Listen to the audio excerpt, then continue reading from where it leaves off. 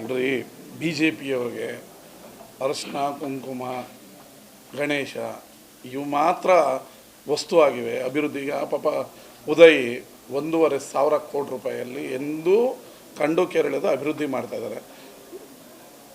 ಒಂದು ಸಣ್ಣ ಗಲಾಟೆಯಲ್ಲಿ ಆ 1,500 ಕೋಟಿ ನೀರಲ್ಲಿ ಹುಣಸೆಹಣ್ಣು ತೊಳ್ದಂಗೆ ಮಾಡಿದ್ರು. ಇದು ಈ ಪ್ರತಾಪ್ ಸಿಂಹ ಅವರು ಏನು ಮಾಡ್ತಾರೆ, ಎಲ್ಲಿ ಗಲಾಟೆ ಆಗುತ್ತೆ ಅಲ್ಲಿ ಹೋಗಿ ಭಾಷಣ ಮಾಡೋದು, ಪ್ರವೋಕ್ ಮಾಡೋದು. ಸಮುದಾಯಗಳ ನಡುವೆ ಶಾಂತಿ ಸೌಹಾರ್ದತೆ ಈಗ ಮುಸ್ಲಿಮ್ನವರೇ ಒಪ್ಕೊಂಡಿದ್ದಾರೆ. ನಾವು ಕಲ್ಲು ಹೊಡೆದಿದ್ದು ತಪ್ಪು, ನಮ್ಮವರೇ ಹೊಡೆದಿದ್ದು ತಪ್ಪು ಅಂತ. ಅಲ್ಲಿ ಅವ್ರನ್ನೂ ಅರೆಸ್ಟು ಮಾಡಾಗಿದೆ. ಅಲ್ಲಿಗೆ ಇಶ್ಯೂ ಮುಗೀತಲ್ಲ. ಈಗ ನಾವು ಮಾಡಿಲ್ಲ, ನಾವು ಕಲ್ಲು ಹೊಡೆದಿದ್ದು ಸರಿ ಅಂತ ಅವ್ರೇನೋ ನಾವು ವಾದ ಮಾಡಿದ್ದಿಲ್ಲ.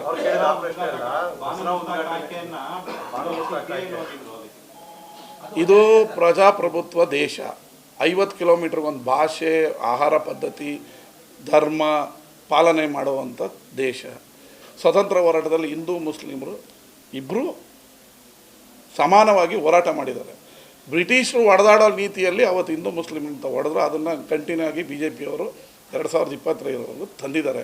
ಈ ದೇಶ ಸರ್ವ ಜನಾಂಗದ ಶಾಂತಿಯ ತೋಟ. ಶಿವಕುಮಾರ ಸ್ವಾಮಿಗಳನ್ನು ಕರೆದಿದ್ದಾರೆ. ಪ್ರತಿ ವರ್ಷ ಒಬ್ಬೊಬ್ಬರನ್ನ ಕರೀತಾರೆ. ಧರ್ಮದ ವಿಚಾರದಲ್ಲಿ ಎಲ್ಲದಕ್ಕೂ ಅಡ್ಡಿಪಡಿಸೋದು ಬಿ ಜೆ ಪಿಯವರ ಧರ್ಮ.